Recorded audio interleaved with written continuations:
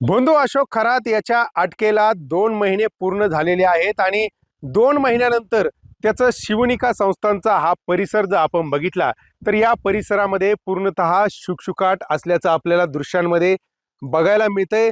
खरं तर या भोंदूच्या अटकेनंतरच त्याचे जे भक्त होते त्यांनी या ठिकाणी येण्याचं कमी केलं। दररोज या ठिकाणी शेकडोंच्या संख्येने भक्त यायचे, ज्यात महिला भाविकांचा देखील मोठ्या प्रमाणात सहभाग असायचा आणि हे जो परिसर आहे हा नेहमी भाविकांच्या वर्दळीने गजबजलेला असायचा। आज मात्र या परिसरामध्ये आपण जर बघितलं तर पूर्णतः शुकशुकाट आहे।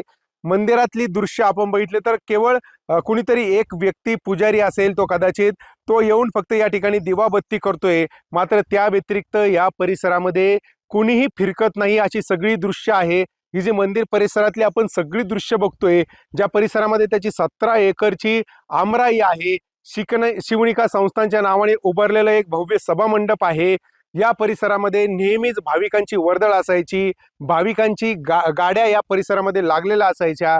मात्र आज या परिसरामध्ये जे आहे तो शुकशुकाट बघायला मिळतोय। कालपर्यंत जे भाविक या भोंदूला आपला गुरु मानत होते, या भोंदूला आपलं सर्वस्व मानत होते, ते भाविक मोठ्या श्रद्धेने या ठिकाणी यायचे। मात्र जसं या भोंदूचं नाव जे आहे ते महिला अत्याचारामध्ये समोर आलं, त्याचे अनेक व्हिडिओ व्हायरल झाले, त्यानंतर या भोंदूचे एक ना अनेक कारनामे समोर येत गेले आणि हा भोंदू कशा पद्धतीने या ठिकाणी मनी लॉन्ड्रिंग असेल किंवा आर्थिक गैरव्यवहार असतील, या ठिकाणी त्याने हे सगळे कोट्यावधींचे व्यवहार केले। त्या माध्यमातून आपल्या भाविकांचे जे आधार कार्ड आहेत, पॅन कार्ड आहेत, त्यांचा दुरुपयोग करून या भोंदूने मोठी कोट्यावधींची संपत्ती जी आहे किंवा निनावी जे अर्थकारण आहे त्याचं हे सगळं चालत होतं। समता पतसंस्था असेल, जगदंबा पतसंस्था असेल, या पतसंस्थांच्या माध्यमातून त्याने कोट्यावधींची अफरातफर जी आहे ती केल्याचं ज्यावेळेस समोर आलं, त्यानंतर मात्र या परिसरातली आपण दृश्य बघितली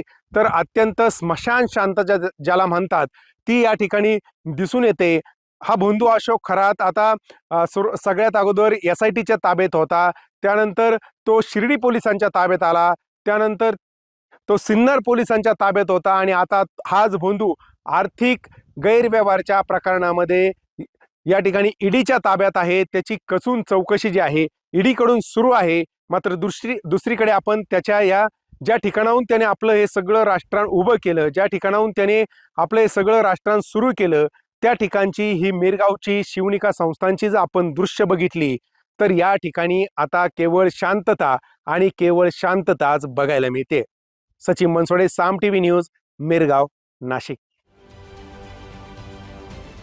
महाराष्ट्रातील सर्व बातम्यांचे विश्वासार्ह व्यासपीठ, सकाळच्या सर्व सोशल मीडिया प्लॅटफॉर्मला लाईक, फॉलो आणि सबस्क्राईब करा। तसंच सर्व नोटिफिकेशनसाठी बेल आयकॉन प्रेस करायला विसरू नका।